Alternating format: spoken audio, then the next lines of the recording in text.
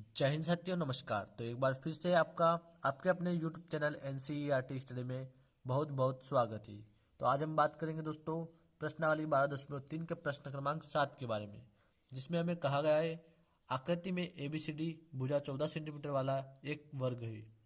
ABCD और D को केंद्र मानकर 4 वृत्त इस प्रकार खींचे गए हैं कि प्रत्येक वृत्त 3 शेष वृत्तों में से 2 वृत्तों को बाह्य रूप से स्पर्श करता है। छायांकित भाग का क्षेत्रफल ज्ञात कीजिए। तो यहाँ पर हम चित्र में इसे समझते हैं। तो दोस्तों यहाँ पर जो हम देखें यह कोई वर्ग है ABC और D, जिसकी हमें एक भुजा दी गई 14 सेंटीमीटर। तो यहाँ हम लिख लेते हैं 14 सेंटीमीटर। अब यहाँ पर हमें कहा गया है ABCD को केंद्र मानकर 4 वृत्त इस प्रकार खींचे गए हैं। यानी यहाँ पर जो हमने A को केंद्र मानकर एक वृत्त का निर्माण किया, फिर इसी प्रकार B को केंद्र माना और एक वृत्त खींचा, और इसी प्रकार C और D को केंद्र मानकर हमने वृत्त खींचा। फिर जो यहाँ पर हमें प्रश्न में कहा गया है प्रत्येक वृत्त 3 शेष वृत्तों में से 2 वृत्तों को बाह्य रूप से स्पर्श करता है। यानी यहाँ पर जो प्रत्येक वृत्त जो है 3 शेष वृत्तों में से 2 को जो स्पर्श करता है। यानी ये वाला जो वृत्त है यह 2 वृत्तों को जो स्पर्श करता है और ये वाला भी इन 2 को स्पर्श करता है। तो यहाँ पर जो हमें ये वाला जो छायांकित भाग है बीच का, यह हमें ज्ञात करना है। तो आइए सबसे पहले जो हमें प्रश्न में दिया गया उससे यहाँ पर हम लिख लेते हैं और फिर सवाल को आगे हल करते हैं। तो जैसा कि प्यारे दोस्तों यहाँ पर हमने लिख लिया है, दिया है वर्ग की भुजा A बराबर 14 सेंटीमीटर हमें दी गई है। तब वृत्त की त्रिज्या जो होगी 7 सेंटीमीटर। तो वृत्त की त्रिज्या 7 सेंटीमीटर कैसे होगी ये यहाँ पर हम जान लेते हैं।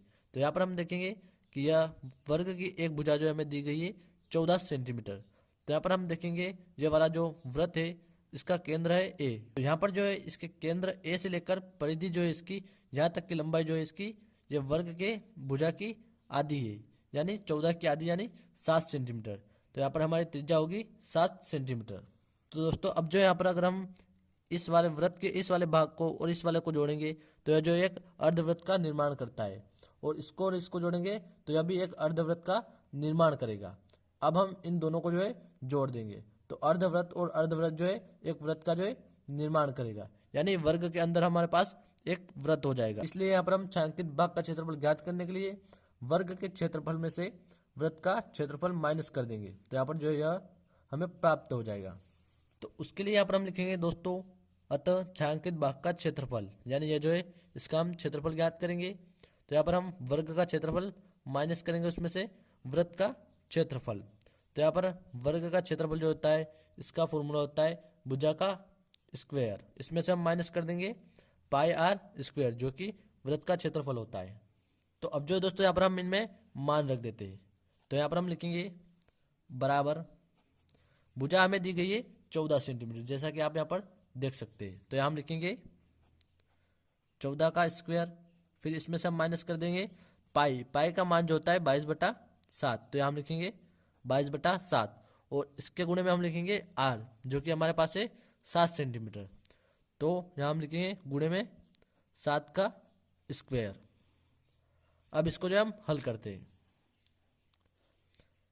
तो यहाँ पर हम लिखेंगे बराबर, यहाँ पर जो हम 14 का वर्ग करते हैं तो हमें 196 जो है प्राप्त होगा। अब यहाँ हम माइनस करेंगे 22/7 और इसके गुणे में 7 का हम वर्ग करते हैं तो यहाँ पर हमें 49 जो है प्राप्त होगा, और इस 7 से हम 49 में भाग दे देंगे तो यहाँ पर हमें 7 प्राप्त हो जाएगा। अब यहाँ पर हम 22 का गुणा इस 7 में कर देंगे तो यहाँ पर हमें प्राप्त होगा बराबर 196 माइनस करेंगे इसमें से 22 × 7 तो यहाँ पर हमें 154 जो है प्राप्त होगा। अब यहाँ पर हम 196 में से 154 को जो है माइनस कर देते हैं।